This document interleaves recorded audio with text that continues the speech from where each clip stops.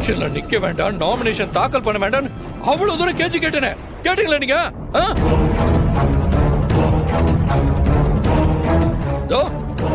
உங்களோட வீண் பிடிவாதத்தினால இப்ப ஒட்டுமொத்த குடும்பமானவும் போச்சு. இப்ப சந்தோஷமா இருக்கா? சொல்லுங்கப்பா. சந்தோஷமா?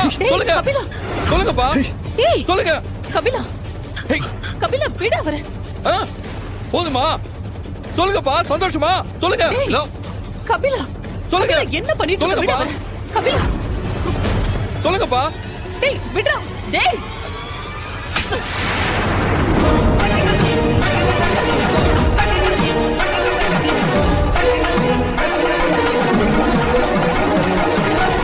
கொன்னுடுவ ராஸ்கல்.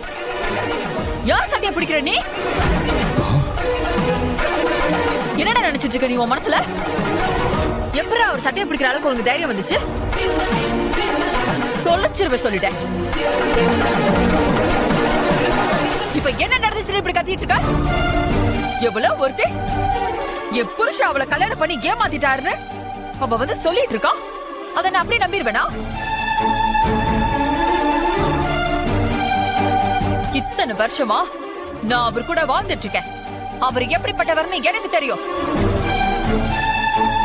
எவ்வளவு ஒருத்தி யாரோ கொடுத்த படத்தை வாங்கிக்கிட்டு டிவில வந்து தப்பு தப்பா பேசிட்டு இருக்கா. அவன் மேல நீ கோவப்படாம உன் அப்பா மேல கோவப்படுற. இத பார், உன்னால முடிஞ்சா அவளை பத்தி விசாரிச்சு இந்த பிரச்சனையை எப்படி சரி பண்ணலான்னு பாரு. அதை விட்டுட்டு என் புருஷனை குறை சொல்ற வேலையெல்லாம் வச்சுக்காத.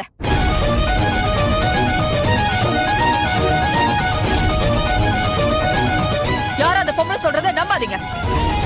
என் புருஷன் அப்படிப்பட்டவர் கிடையாது. யாரோ வேண்டாதவங்க செஞ்ச வேலையாதான் இருக்கும்.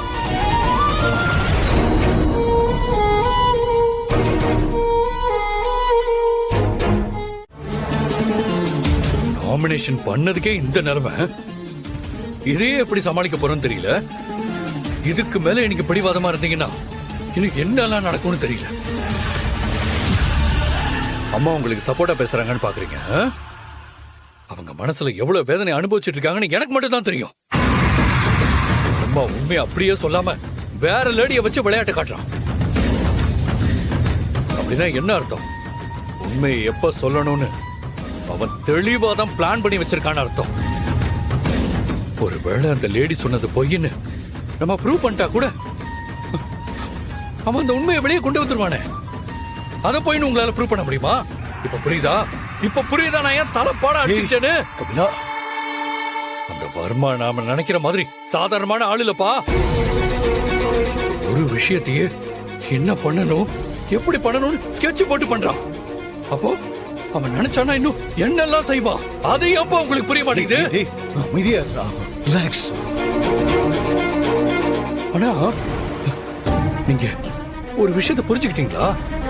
நீங்க உண்மையாவே அந்த மாதிரி தப்பு பண்ணிருக்கீங்கன்னு எனக்கும் தெரியும், எங்க அம்மாவுக்கும் தெரியும்.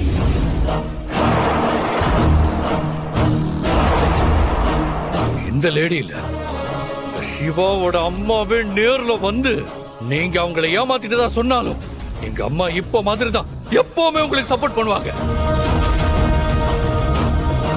மத்தவங்க முன்னாடியே அம்மா உங்களை எப்பவுமே விட்டு தர மாட்டாங்கப்பா. விட்டு தர மாட்டாங்க. ஏன் தெரியுமா? உங்களை எங்க அம்மா அந்த அளவுக்கு நம்புறாங்கப்பா. இப்ப கூட அவங்களால இந்த ஏமாற்றத்தை தாங்க முடியாமதான் நீங்க தப்பு பண்ணிருக்கீங்கன்னு தெரிஞ்சும் இந்த அளவுக்கு அவங்க பொறுத்து போயிட்டு இருக்காங்க. இல்ல பா, நான் தெரியாம தான் கேக்குறேன். நாங்க எதுக்குப்பா முதல்ல நீங்க பண்ண தப்ப மன்னிக்கணும்? ஏன் எங்க அம்மாவை கூட்டி நான் தனியா போயிட்டா என்னால எங்க அம்மாவை பாத்துக்க முடியாதா?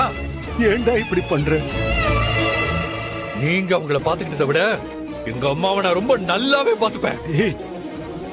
ஆனா நாங்க அப்படி எதுவுமே பண்ணாம அமைதியா போயிட்டு இருக்கோம்னா அதுக்கு காரணம் இந்த குடும்பமான உங்களால போயிடக்கூடாதுன்னு மட்டும்தான்.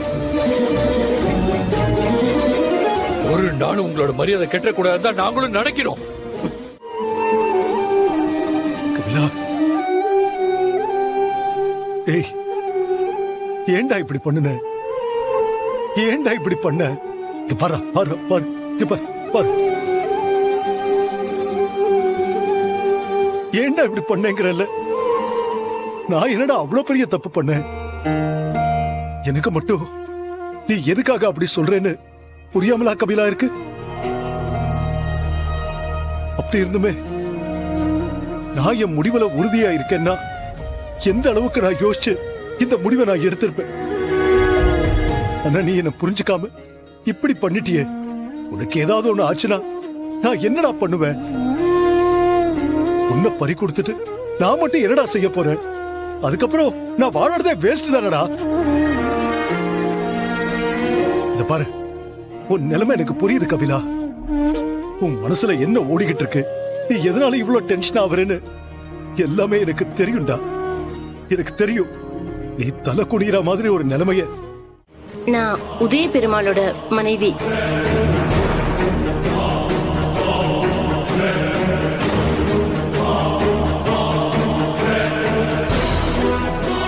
ஐலி, நீ என்ன யோசிச்சுட்டு இருக்க?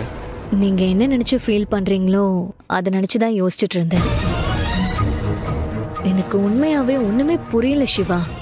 யார் அந்த சாந்தி? எப்படி அவ மாமா மேல அப்படி ஒரு பழிய போட்டா? நம்ம சீக்கிரம் இந்த ப்ராப்ளம சால்வ் பண்ணி ஆகணும். அதுதான் என் மைண்ட்லயும் ஓடிட்டு இருக்கு. அவகிட்ட அப்படி என்ன ப்ரூஃப் இருக்கு நமக்கு தெரிஞ்சாகணும். அதனாலதான் நம்ம டீம் கிட்ட சொல்லி அந்த சாந்தியோட அட்ரஸை விசாரிக்க சொல்லியிருக்கேன். நாளைக்கு நம்ம 2 பேரும் அந்த லேடியை நேர்ல மீட் பண்ணி பேசுவோம்.